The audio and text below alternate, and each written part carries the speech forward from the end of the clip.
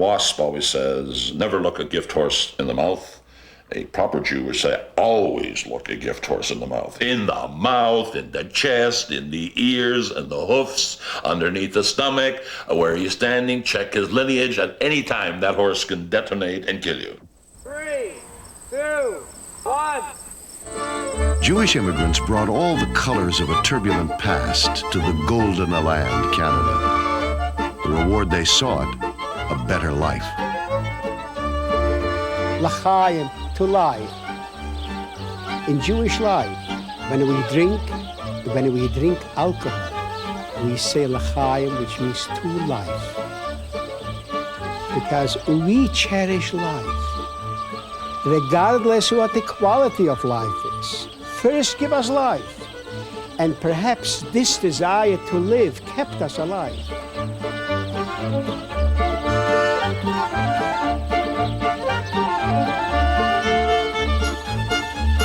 With the Jews came their klezmer musicians. Klezmer, translated from Hebrew to Yiddish, to mean a thing that sings. To me, klezmer music is life, it's joy, it's optimism. And when we play it, I could see this continuous line all the way back to a small little shtetl where my grandmother comes from. Nice.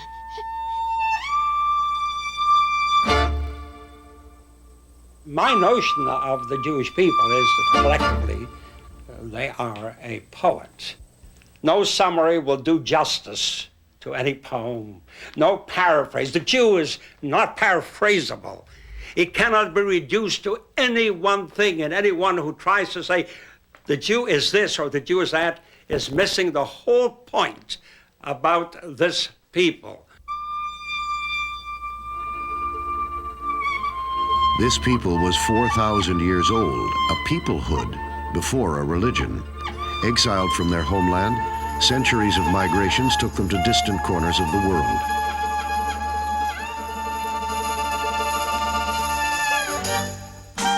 Some Jews would even find their way to await the coming of the Messiah in Winnipeg, Manitoba. I was born in Bunești, Romania. I was 8 years old when I came here. Close to the middle of May, 1904. The train to Winnipeg took about 3 days and 2 nights. We were given a section of a car with 2 seats facing each other. The first time I heard the word Winnipeg from other than our family was the conductor on that train. Open the doors, Winnipeg, next stop. And you should see the excitement. It was terrific. We all rushed to get our packages together and so on, so on, so on, waiting until the train stopped. And that's when we saw the big crowd of people, everybody peering around looking for somebody they knew. And the emotion and the embraces and the smiles and the tears all went together at that particular moment. And that I remember very vividly. Equally vivid, the memories of 14 miserable days in steerage. Eventually, a third of European Jewry would make their troubled way to America. Most from the shtetls, the Jewish villages of Eastern Europe. They had in common the persecution of the pogroms and a base of Orthodox Judaic faith and customs, mixed with some new notions of reform, Zionism, and socialism. They traveled light, eternal wanderers, and education the most portable and esteemed possession. When my family arrived from Russia, they came by way of Ellis Island in New York. They came that way. And the guys who were in charge, the immigration officials, were notorious for their impatience with these immigrants who had a terrible time with the language. I don't know where they found these people. And our family name was a more extended name. It was something that sounded like Poberegiski, which apparently in Russian means beside the bridge. So the immigration guy said, look, that's too long a name for this country. So he said to my father, look, you take part, and he said to my father's brother, my uncle, you take the other part. So they took the name and they clipped it in half. So to this day, my first cousin's last name is Pober, and our name became Rasky, the last part of the name. Totally different names. Someone says, how did you get a name? Sean Ferguson. What kind of name is this for a Jewish guy? Sean Ferguson. And apparently when he came into Halifax, when he first landed here, someone, I don't know who, he had a long, complicated name, and someone said, it's no good. He says, they won't understand that. Call yourself Smith. Smith. He says, all right, Smith. So he comes into the customs, and they greet him, and they say, what's your name? And he says, he says, Sean Ferguson. So he's all right, Sean Ferguson. He writes down Sean Ferguson, which is, Sean Ferguson sounds like Sean Ferguson, and Sean Ferguson in Yiddish means I've already forgotten.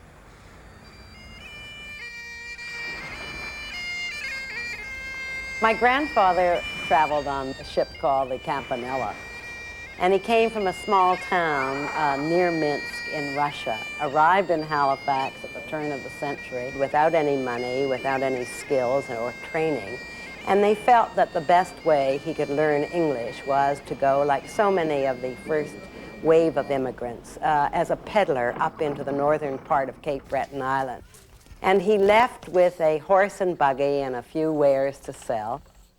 And when he returned to New Waterford, he said with great glee to my grandmother, apparently, this was wonderful as much as I missed everybody. I am now fluent in English.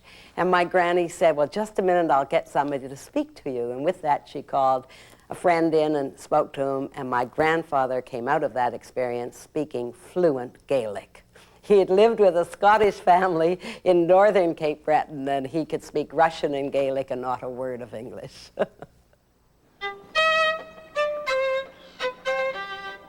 I would say life is very precious. At my stage of my life, I live from day to day. I was born in Toronto, and that happened way back in 1904 when my parents migrated to Toronto.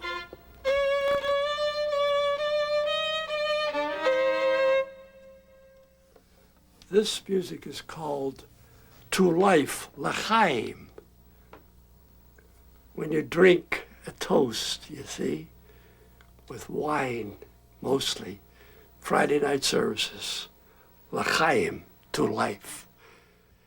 My father was born in Russia in a little town called Holovtson.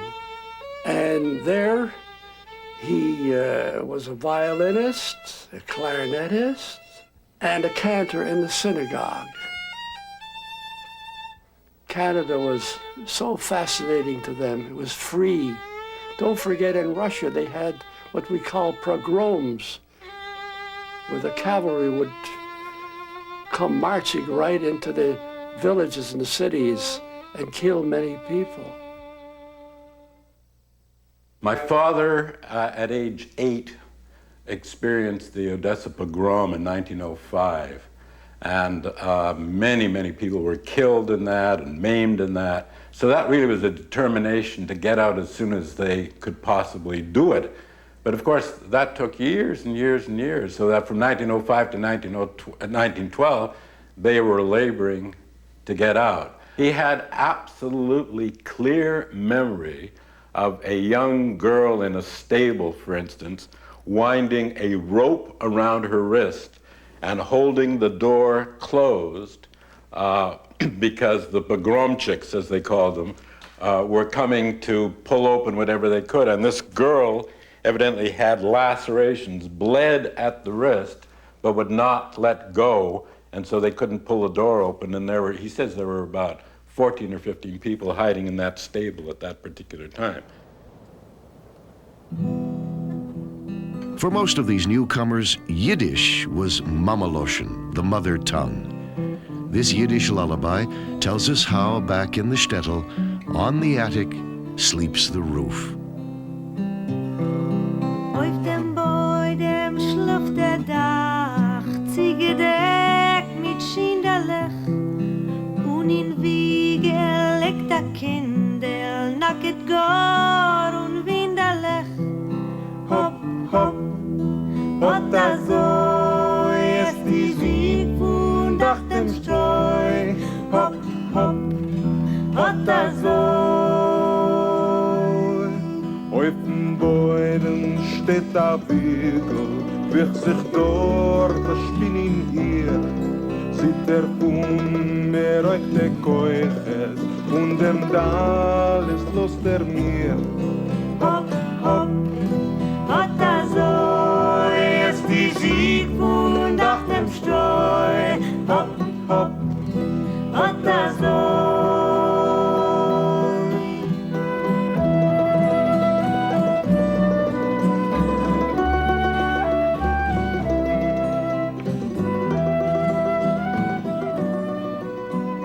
My great-grandfather, Abraham Klenman, was the first member of our family to arrive in Canada in 1888. And he came from what was known as Russia or Romania at that time. I'm not sure because of the borders. He came because of the persecution of Jews in Europe, and there was talk of the Canadian government wanting immigrants to come to Canada to help settle the prairies. Not being familiar with the Canadian winters, he was horrified when it started to snow and get very cold. But he wasn't about to leave that land. He wasn't about to have it go to anybody else but him. So he stayed. He dug a hole, he covered it with branches, and he lived there the whole winter. He was helped a great deal by the neighbors. There were English, Scottish neighbor farmers who would go to town to bring him his groceries, what he needed. There were Indians who helped him.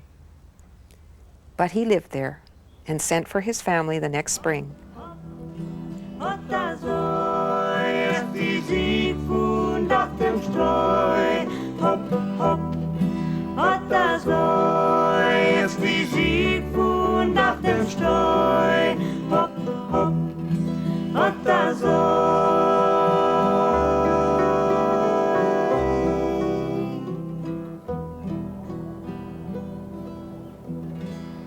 I came to Canada in 1913, a year before the outbreak of the First World War. I imagine that at that time there may have been about 10,000 or 11,000 Jews in Toronto. So the Jewish community had been quite firmly established. It had institutions to receive immigrants and help them out. It had what they called sick benefit societies. Remember, there was no social insurance of any kind, no free hospitalization. And there were quite a number of what we called then Landsmannschaften, a German name for people coming from the same land, Landsmann, landsman. A Galician Jew, a Polish Jew, a Ukrainian Jew, a Odessa Jew. Well, our home was a very observant one. And on one occasion, I remember, I was standing outside that Friday evening, waiting for a non-Jew to pass, and finally a young man came along who didn't look Jewish to me. I told him, look, excuse me, but we are very religious, and we don't do anything on Friday that we shouldn't. Would you mind coming in and put the lights out and shake the stove? He says, oh, I'll gladly do that. I know, I'm Jewish myself. For the religious Jew, the ram's horn marks Yom Kippur, the holiest day of Judaism. The sounding of the shofar is a movement beyond words. We often turn to something like music, to something like art, something like painting, like color, to carry us beyond where words can carry us. And so the sound of this ram's horn carries all sorts of overtones which reach into the very gut of a Jew and sort of stir him up to the point of saying, hey, get off the treadmill and think a while. You're not a gerbil just going pointlessly on and on and on, but stand still for a minute. And when you stand still for a minute, think about who you are And going all the way back to the Garden of Eden, God asks the question, where are you? It's not a geographical question. It's a question in terms of your own individuality and what you're doing with that uniqueness. In every synagogue, the Holy Ark is placed against the eastern wall in the direction of Jerusalem. In the Ark, the Holy Scrolls of the Torah, each robed in a richly decorated mantle. Torah, the first 5 books of the Bible, written by hand by a scribe on parchment. Torah is the same for worldwide Jewry. Ashkenazic, Sephardic, Orthodox, Conservative, or Reform, Torah is universal and eternal.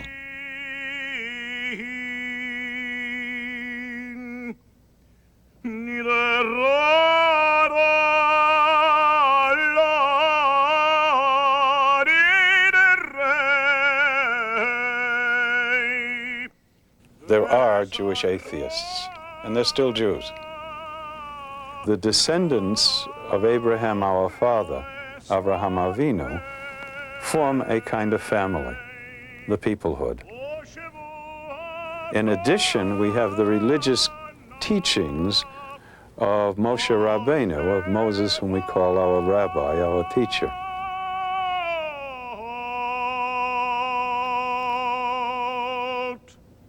What you have is a sense of family into which you belong, as well as a doctrinal pyramid of which you are part.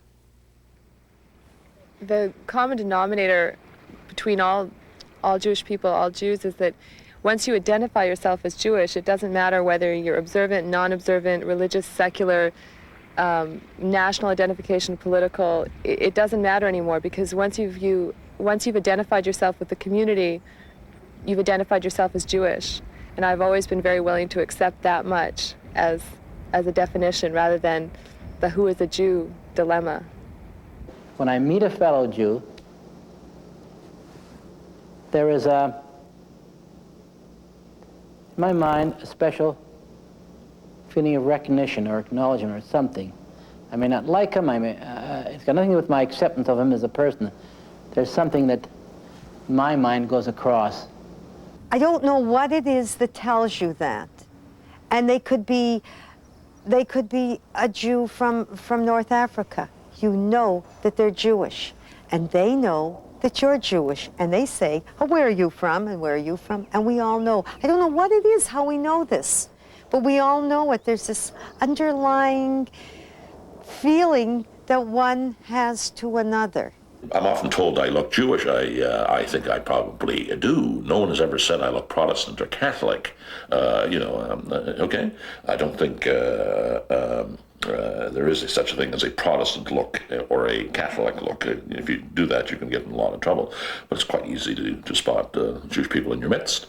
And there's nothing wrong with that. We have large noses so that we can, survive like camels in the desert. That's Darwin's defense mechanism that he gave us, so we can wander 40 years in the desert. We wandered, etc.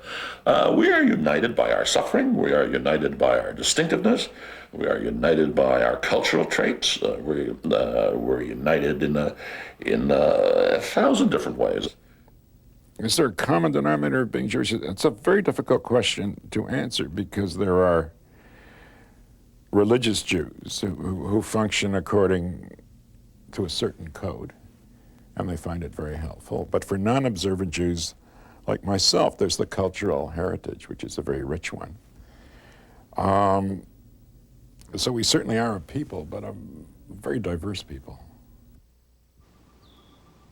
I remember when I was a young boy, the first time I walked into the synagogue, and that would be at least 70 years ago. In this very synagogue, there's a lot of histories. There was many weddings, there was dances, there was anniversaries, many happy events. And of course, with the happy events, according to Jewish tradition, there was always a bottle of homemade wine, those that couldn't afford, and those that could afford a bottle of liquor. And before you said anything, the first thing, you filled up a glass and you said, L'chaim, to life. Some were married people that came here, first generation, but they brought with them their parents, you know. And the old people would sit there with beards and with a prayer shawl on and phylacteries on and pray for all they were worth, you know. And the ladies would sit upstairs. Men sat separately and the ladies sat upstairs. And, you know, and you could actually detect the holiness. They were so sincere, those people, you know. They prayed to God. My grandfather was born in 1885 in Iași, Romania.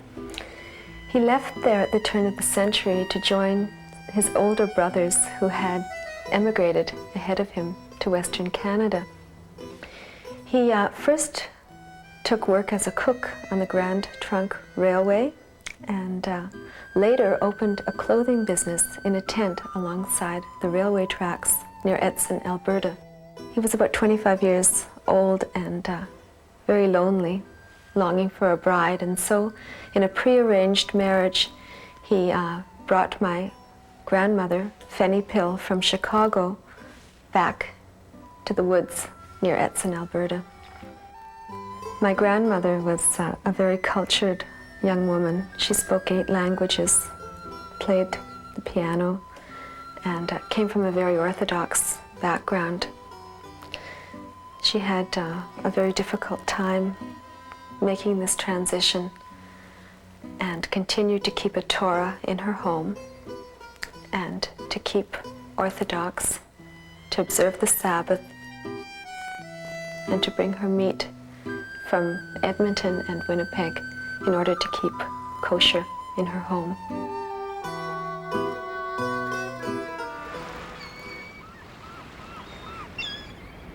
This congregation, Sons of Israel in Glace Bay, had its origin or beginnings in the latter part of the 19th century, more specifically in the 1890s, when some Jewish settlers came to this town, came from mostly Eastern Europe. When I was young and growing up in Birch Grove, my mother would try to keep the holidays like Passover. For example, she would start a month to 2 months ahead of time, cleaning the house and making wine and horseradish grating, and everything was prepared. In fact, if I remember correctly, they used to figure time in terms of the holidays. For example, if a cow was going to calve, it would be one month before Passover or 1 month after Passover. And many events were figured in terms of the holiday itself. The spring festival of Passover celebrates the freeing of Israelites from slavery in Pharaoh's Egypt. The highlight is the Seder, the meal during which the Haggadah, the story of the Exodus, is read. Jews did not emigrate to forget their past or lose their identity. Here in Montreal, a group of young and old have come to hear author Shulamis Yellen. I didn't know till I was 8 years old that I had a Jewish name. I was called Sophia. Shulamis claims she writes Yiddish in English. Ilana, the same in English and in Yiddish, yes?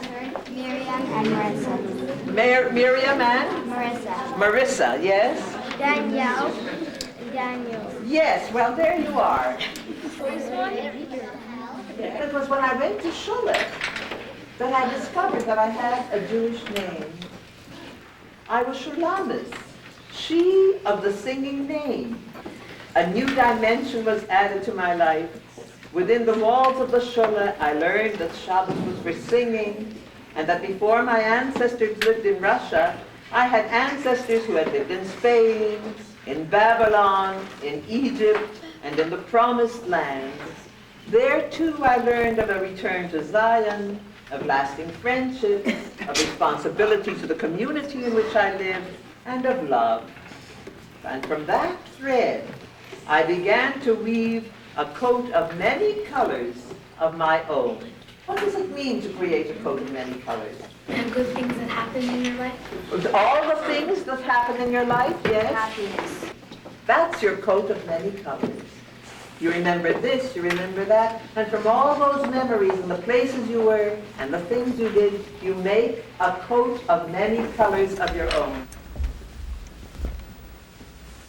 Let me sing you the camp song. Okay. As long as we all pull together, Kadima will grow more and more. Our camp will be bigger and better than ever it has been before.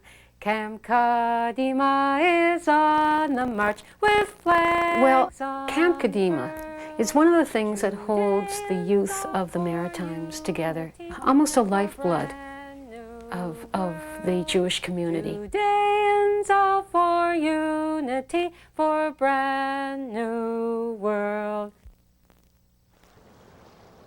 In Prince Edward Island, we don't have a synagogue. If you live in a small community, as we do, in a small Jewish community, as we do in PEI, in order for your children to have the background you did, or some semblance of the background, Jewish background that you had, you've got to make it happen yourself. Meanwhile, what's this? The puzzle. Well, I know it's our puzzle, and I know we play with It's it, but a what? Hebrew puzzle. Okay, and what are these? They're in order, Mom. An order of what? In the alphabet. Ah, the Hebrew alphabet. Okay. A, B, C. Albert, if I asked you to pick out an olive, would you be able to pick out an olive? Right here? Yeah. Okay. Oh, look. It's true. It's written underneath. Yes, it is. That's an olive. The Jews as a people, education comes before anything else. I remember when we finally got to Winnipeg, once we had our home there, my father called us together and said, food is first, shelter is second, and learning English is the third. And believe me, we learned English very quickly. Hamlamed Torah Le'amo Yisrael. God is the ultimate teacher. God teaches through Torah his people Israel. And so study becomes a kind of compulsion that goes with Jewish life. There is no point in which you are given a diploma and allowed to stop. The hero in Judaism is not the guy with the diploma. It is the lamdan, the learning man, as opposed to the learned man who stopped. Throughout life, no matter how old you are, as long as you have the mind and the energy, you're expected to continue to grow, continue to deepen, continue to learn. My mother, with my father and a few other people in Winnipeg, founded a Jewish secular parochial school, which based itself on the Yiddish language. I think the first name was the Jewish Radical School, in Yiddish, of course, Yiddische Radikale Schule. They would go out and they would say, give us your children. They'd go from door to door, knocking on doors, saying, give us your children. We want to educate them. They wanted to imbue the children as early as possible with the knowledge and the love for Yiddish literature, for the Yiddish language, for the Yiddish people, and with a socialist, radical approach. I came to Canada in August 1921 when I was 12 years old. My father had come a couple of months earlier. We settled in what was then the Jewish working class district of Montreal.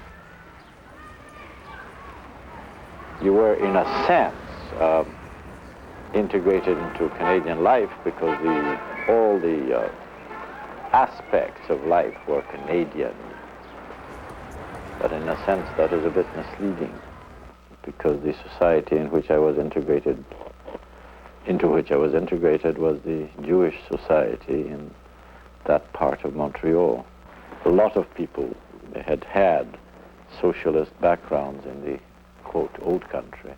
They usually entered the garment industry and very quickly became members of unions. So that the history of Jewish immigration in Canada is a history in the early years of the immigration of working class people who participated both the economic and political working class movements and helped a great deal in building them up in the first several decades of the century. Well, my paternal grandfather was a junk dealer.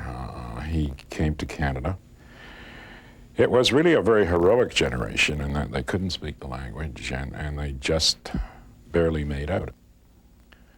My maternal grandfather was a Hasidic rabbi of some reputation. He was a tzaddik, which means one of the righteous. They were both families were very observant and followers of Hasidic rabbis and came from generations of rabbis. So I'm something of a scoundrel in their eyes.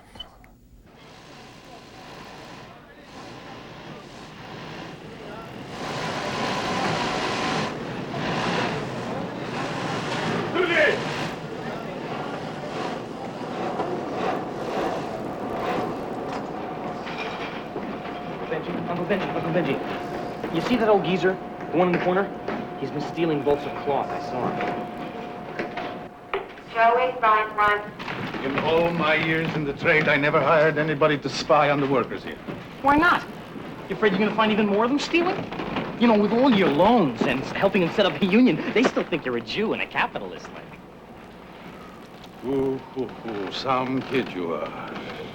Not like Lenny, eh? Well, Duddy Kravitz got me into a good deal of trouble in this country anyway, or in Montreal. He was never meant to be a metaphor for the Jewish people, but was certainly representative of the kind of boys I grew up with. And I had a lot of sympathy for him, and I don't think he was a totally useless or a complete rogue. He had very good primitive insights into things, and a very strong sense of family loyalties. So he was not without redeeming qualities. But there was no Duddy Kravitz per se. Your grandfather was a failure in this country. Why? A man without land is nobody. Remember that.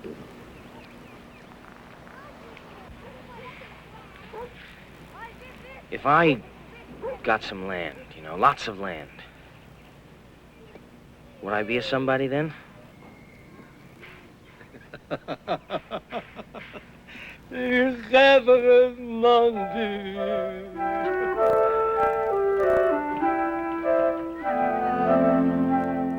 In Eastern Europe, many Jews could not be landowners. There they lived restricted lives within the noose of the Pale of Settlement. Well, for instance, my folks, they came from Lithuania and Latvia. And their parents, or my grandfather that I didn't know, they lived in the slums. And they worked for a landowner. Jewish people weren't allowed to own any property or weren't allowed to do any business. And they were scapegoats. They were always persecuted and prosecuted. They were at the whims of the Cossacks. And one night they were sitting around and they picked up their Canadian paper, 160 acres of land for $10, something that they wanted all their lives, and they were deprived. You couldn't own.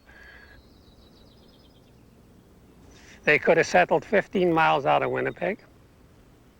They could have settled in the Regina Plains where there was no trees, but they wanted bush and water.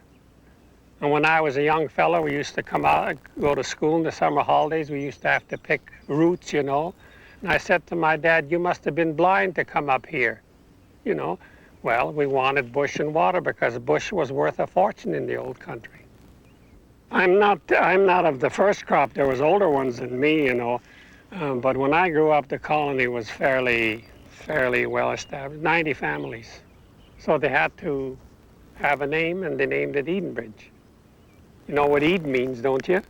Aid? Eid is the Jewish word for a Jew. Aid, you know, Eden. So they named it Eden Bridge, Jewish Bridge, Eden Bridge, see? Can a non-Jewish person like me use the word Jew? Or does it have an offensive. Well, I can answer that. Oh, that's. I'm glad you asked that. I'm glad you asked. May his memory be a blessing. John George Diefenbaker said to me, "I never used that word. The word you just used a second ago. Jew. Even never. It never crosses that ever. Okay. In fact, not even in talking to me. He said, I never used that word. I never use that. It's very controversial, you see. I mean, you just offend people if you do that. I use the word a member of the Hebraic persuasion. And that's what I use when I'm asked what my religion is. I'm a member of the Hebraic persuasion. Hey, you can't say Jew. You can't say Jew. I can say Jew. All right, now, would you please explain to me who can say Jew? The Jews are such neurotically sensitive people that the word Jew seems harsh to a Jew. If I, a wasp, say Jew, does that irritate or offend you? Well, I always remember Jonathan Miller getting up on stage and Beyond the Fringe and saying, I'm not a Jew, I'm Jewish. As if somehow, you know, the word Jew set bells ringing, but Jewish had a softness to it. So it was quite an acute observation on his part. Kuidem gedenkt, dus het letzte Programm 37. In early years, Yiddish was passed from parent to child. As it began to disappear, its champions struggled to keep the beloved language alive. Wäre durchgetracht als eine Sache. But I am not a Yiddishist. I love both languages, the Yiddish and the Hebrew. But Yiddish is a language 1,000 years old. We have a beautiful literature. That's why I'm for it to bring in Yiddish all the time, to emphasize in Yiddish. I spoke some Yiddish, yes, of course I spoke some Yiddish. Both my mother and father spoke some Yiddish. When I worked for my father in his store and he wanted me to do something and there were customers around, and of course he didn't want them to understand what he was saying, he would talk to me in Yiddish. I couldn't answer in Yiddish, but I understood what he wanted. One of the phrases my father would use frequently was when somebody was giving him a big story about why he couldn't pay a bill or anything, my dad would always break out into a smile and say, forget it. And then he'd turn and say, Erste Geschichte. This means, listen to that story. You got that one? Mensch is a good human being. If you are called a mensch, you are called a person of integrity, honor, decency, commitment. That is a mensch. The fun sayings are the curses. I don't know if anyone's ever mentioned that to you. The curses are fun. Sort of like, du sollst wachsen wie a chandelier. Hängen batug and brennen bei Nacht. That means you should grow like a chandelier. Hang in the daytime and burn at night. You might wish that on somebody. A more subtle one is, ich wünsch dir alles gut, aber du sollst mir kriegen a Lift in Zähne rein. Which means I wish you everything good, only you should have wind in your teeth. You ever felt that pain when wind blows through your teeth? This little song came back to me. Der Rabbit geheißen, Freilich sein, Freilich sein, Freilich sein, trinken Bromfen, nicht kein Wein, nicht kein Wein. To interpret the word, the rabbi said we should be happy. We should drink whiskey instead of wine. Why whiskey instead of wine? That's a better drink. Oh. Whether accompanied by whiskey or wine, Jewish dietary laws decree that Jewish meat must be kosher. To be kosher, the beast must be humanely killed by a ritual slaughterer. You know, my father was a ritual killer of poultry, shochet as it's called, and the blood and the feathers flying in the air is my memory of my childhood. And somehow the blood and the feathers is one of the reasons why I have so much color in the films today. I didn't know that till after I made a film on Chagall, that somehow that was deep within me.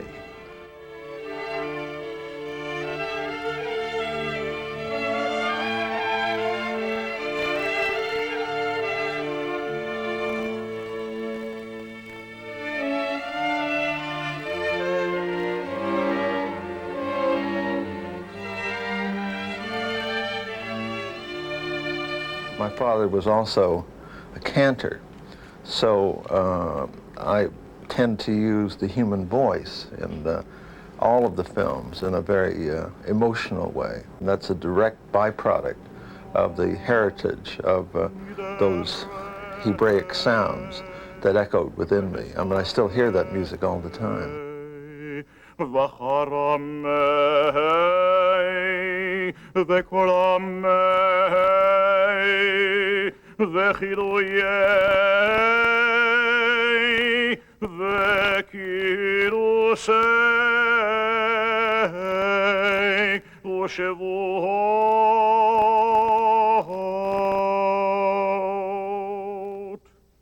Jewish life is built on three concentric circles, with self and personal commitment at the center, with the home and family, the small sanctuary, the Mikdash Ma'at, and finally the synagogue and the community, and then only beyond that, the general community in the world.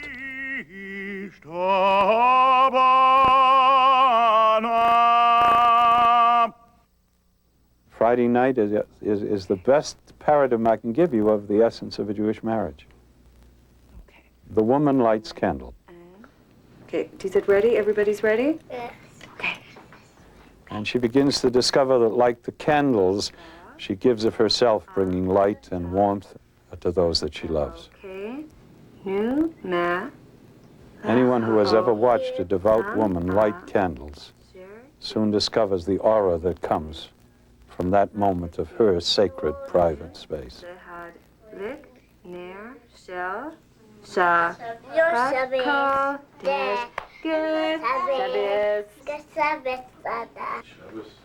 Eishes chayim yimitzav v'rachak mivnenim michrabata. The head of the house then lifts up the glass of wine and blesses it.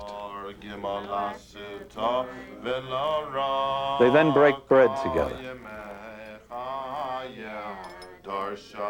The one you break bread with is the one that you trust, who shares your life, who shares your world. In effect, the husband says to the wife, "Take away you, and I am less than me." This process done properly is only complete because we are both here. You light candles, I say the Kiddush. Together we break bread.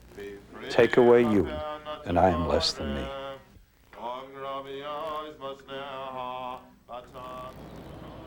In our family, that is my father, my mother, my brother, and I, if we were poor, and I think in the very, very, very beginning we were, we sure didn't know it. Because we only had 2 rooms, and I know the apartment. It's down on Spadina Avenue above a Chinese restaurant now. But I know that in those 2 rooms, there was enough warmth to fill a mansion. There was only love. And where my kids have big, splendid rooms, we each had a drawer, my brother and I, for our toys. That was it, tops, a little drawer in the kitchen. That was all the room we had. But somehow, there was only warmth that I remember. My mother would teach us. Hopefully we have been living this way, and hopefully we pass it on to our children. She teaches if you have a piece of bread, you break it into 3 pieces. The 1 piece you eat for today's sustenance, and the 2nd piece you put away for tomorrow, and the 3rd piece you give to someone who has no bread at all. The word tzedakah should be, if it is not, part of every Jewish person's life, and I suppose part of everybody's life. It's charity. And if you are lucky enough to have made it, and even if you haven't made it, my grandmother had what was called a pushka. It's a little box, and we kept it on the kitchen counter. And there's a little slot in it, so that if you had extra money left over when you got your allowance and you didn't spend it all on Cokes and everything else that one does with one's allowance when you're a little kid in Sudbury, if you had pennies left over, you had to put it into that box. And that box, after it was filled up, always went to the poor.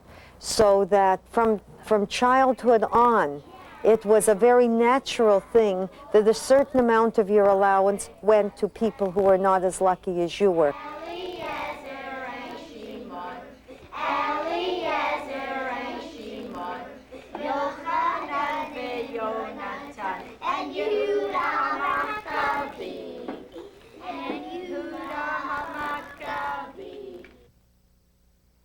My father was an incredible character, a very generous, a very open, and a very warm human being. He started off in Vancouver as a fruit peddler and slowly built his business up and opened a store on Powell Street. And then we became a very large, independent wholesaler and retailer of fruits and vegetables.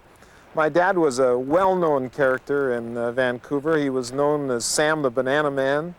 He was a guy who was noted for giving food away, and he did. Frequently, we'd reach the end of a day, and he'd tell my brother and I'd say, okay, we've made enough money today, give the rest away. And would, indeed. Everybody who came in the store got something free to eat, and people were always given extras, even though they'd already paid their bill. He was that kind of human being. Well, here in British Columbia, the Jewish population was not historically placed here like everybody else. You know, this province only has a history of about 150 years. They arrived during the gold rush days. The Jewish population was essentially German Jews who were the elite of the European Jewish community. And their antecedents had moved into San Francisco, and some of those people moved up into British Columbia. So the immigrant Jews from Eastern Europe were not the pioneers as they were in other parts of Canada.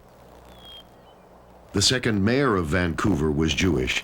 David Oppenheimer's great legacy is the creation of Stanley Park, where, as one poet has observed, trees moved by the wind sway like Jews on the day of Yom Kippur. My father and my grandmother had a very strong spiritual connection to the Jewish people. They also had this great love of nature. It says in the Torah that there are two ways to love God. One is through loving our fellow man, humankind, and the other through love and reverence for nature. My art is a combination of my historical background, being Judaism, and my place of birth in Wells, BC.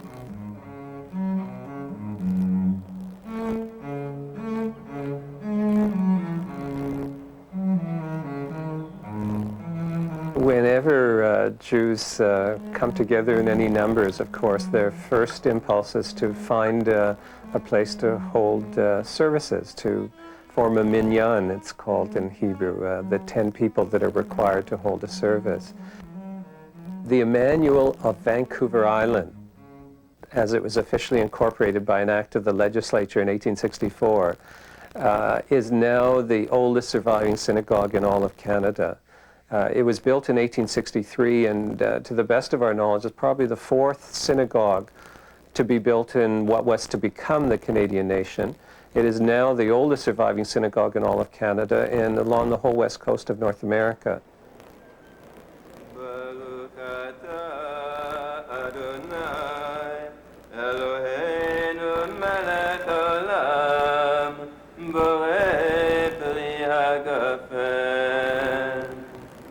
I think that we as Jews believe that while we are still waiting for the Messiah, that the very best place to wait is right here in Victoria. The final part of the formal Jewish wedding ceremony is the breaking of a glass. While it is a time to sing Mazel Tov and express joy, the breaking of the glass is a very important symbol in Jewish life. Why break a glass at a Jewish wedding? One bit of ancient lore suggests it was an attempt to keep evil ways and demons from the couple. A more modern interpretation says that it is a symbol of the imperfection of our world and a prayer that the marriage will live in a world at peace.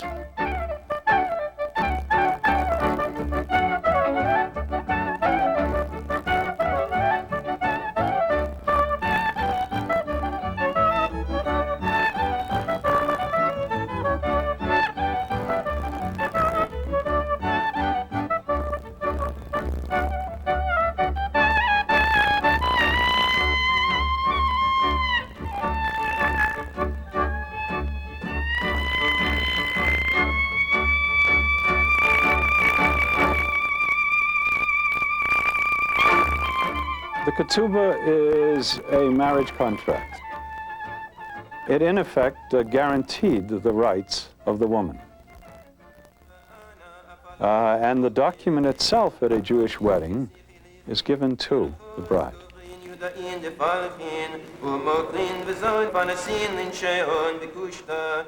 According to the classic ketubah, if you divorced your wife, you had to give her 200 silver zuzim, according to the reckoning of the city of Tyre, which meant that if you divorced a wife, if you sent the wife out, she had enough money to buy a flock of 100 goats. Or a condominium.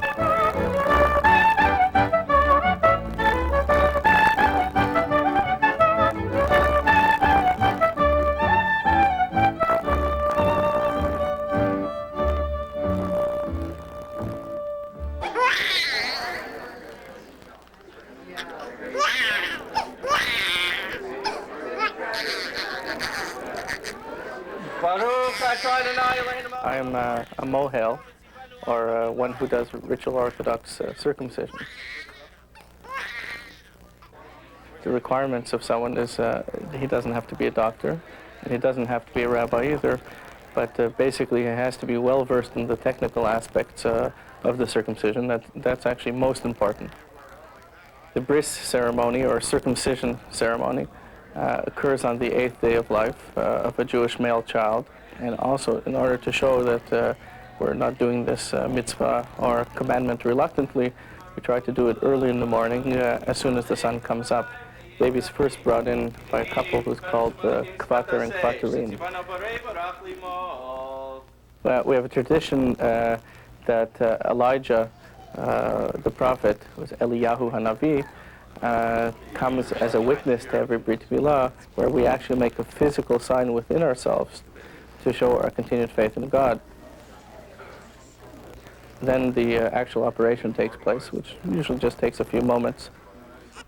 In some cases, we get a strong-hearted father who actually takes the knife at the right time and accepts the responsibility. But on the other hand, he can completely fulfill his obligation by appointing an agent to do it for him.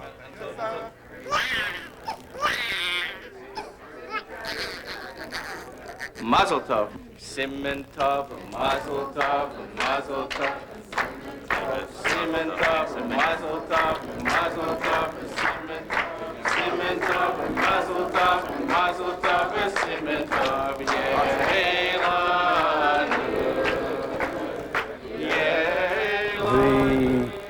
The use of circumcision is very old in Proto-Semitic terms.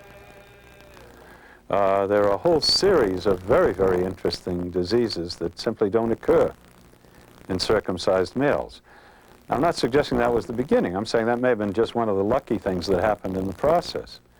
The primary purpose of the circumcising of my son was not because a surgeon told me it could be great. It was because he was Jewish. And that cutting of the symbol of the faith into the flesh leaves you with a lifetime identity, and again puts a symbol right smack where male aggressiveness is. It says, hey, wait a minute. Hey, wait a minute. This covenant is part of your very flesh, is part of your very masculinity. Little did my parents or any other parent know that the fact of circumcision would, during the war, at the beginning of the war, could possibly be an instrument of costing your life, because it was one way of being, of identifying a Jewish man who has tried to go into hiding or who has walked in the street not wearing the yellow star. And the humiliation of lowering your trousers in the middle of the street is really very far removed from that rather moving ceremony when you're circumcised as a newly born baby.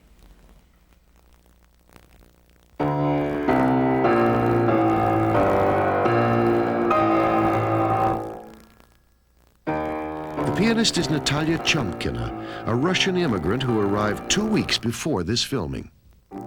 The oboist is Senya Trubashnik, former first oboist with the Moscow Symphony. He came to Canada in 1972.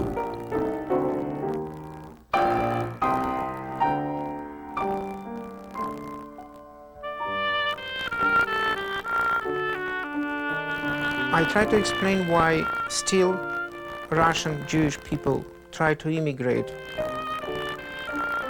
When a child born, he got or she got social insurance number or your passport for whole your life. It's only Jewish population has paragraph number 5, which said you are Jewish. Personally, directors explain I love Jewish people, but government said we have to accept for any institution, including university or conservatorium, only 5% from Jewish application.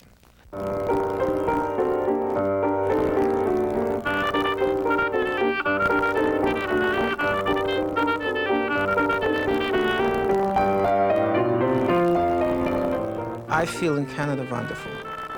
I enjoy freedom. Freedom to speak, freedom to play, freedom to do what I want.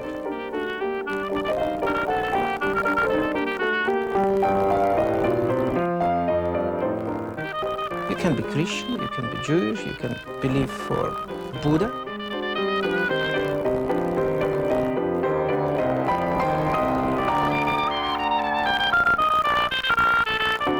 We are people, and that's all.